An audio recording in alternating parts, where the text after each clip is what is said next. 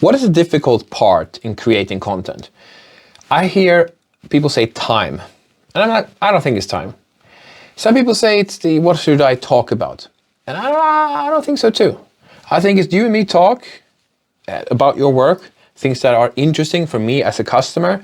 You have a ton of things to say. I think it's something else. As a coach, I realized at a young age, I was coaching since I was 18. Now I'm 36 as of this recording. I realized that the coaching didn't have to do with what was in their mind. Because if I worked with teenagers at the time, if I told them like, this is how you're going to run this play, or this is how you should block or something, somehow, no matter what I told them, that didn't stick.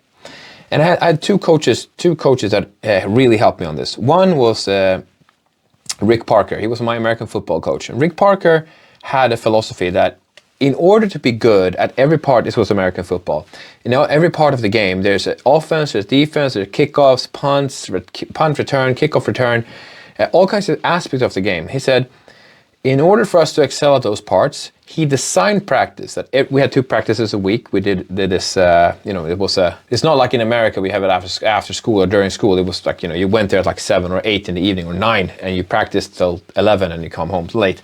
And you do that 2 times a week. And on like Tuesdays we do kickoff or kickoff return, and Thursday we do punt and punt returns. We always run defense, we always run offense. And he said, why we're doing that every week with this type of design, he said, because when we get to the year kickoff, the actual season, we've been running kickoffs and punts and stuff for the whole preseason. We know how to do that. We always do it. Most teams will run kickoff training the week before the game starts, the real games. And that's too late.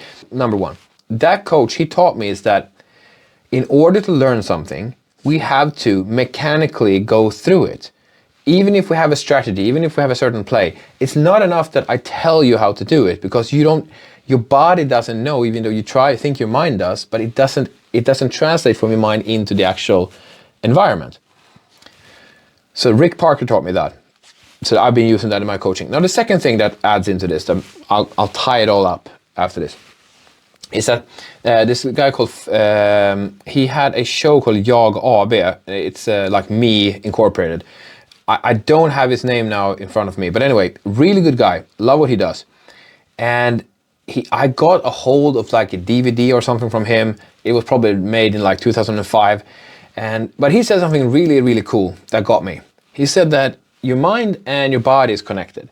So for example, if you feel nervous or afraid, if I ask you, I want you to come on stage and talk with me, and I want you to do it completely naked. Who wants to do it? Please raise your hand. And most people then would be like, I'm not doing it. Some people may be like, yeah, my time to be nude on stage. I love it. He said, either way, when you feel afraid, what you do is you stop breathing, or you take a breath and you stop breathing, and you go backwards. And he said, instead of doing that, when you feel nervous, you instead take a breath and you take a step forward, and you don't feel as afraid anymore. Now with those two things combined, it got me realizing that what makes actions happen are the mechanics. The mechanics of your body can make you physically, like your physical movements changes how you think and feel. So let's go back to the camera. Let's go back to talking about making video content, where people will say, I don't have time, or I don't have anything to talk about. I really doubt that. I think the difficult part here is to actually push the button on the camera, click record, say something into the camera. It could be pre-written, and then click share and put that on YouTube, TikTok, YouTube Shorts, Instagram Reels. The mechanical action of doing that, because you've never done that before. So the whole concept becomes too complicated. So instead, next time you're thinking, oh, I don't want to make content, I'm happy listening to Rasmus, he does this, so and so. No, do the recording and like do it from a mechanical perspective. You can even write down on a paper, these are the mechanical steps I will do to post. And will your content be good? No, it will not. I know that. My first content wasn't good, yours won't be either. The thing is what you're learning here. Just when I was practicing kickoffs and punts in my American football team, weeks and weeks and weeks before the season even started, is that you need to get mechanically used to doing this thing and getting used to having your stuff on the internet, so you start getting comfortable with it. When you've done that a couple of times, now the mechanics are not hard. Then inventing what to say is way easier, because this setup that I have here, you know how easy this setup is? I have a tripod that I bought for 10 euros. I happen to have a light that I paid more for. It's a white light that gives me some light, and I have my screen here that gives me some more white light.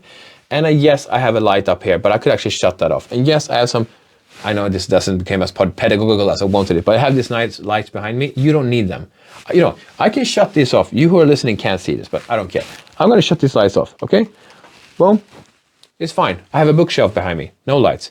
I'm gonna go and shut off that big light too. I know you in the podcast, you're like, I can't see this. Why does it matter? Well, it matters because I'm trying to make a point here. Okay, I'm shutting off this nice light.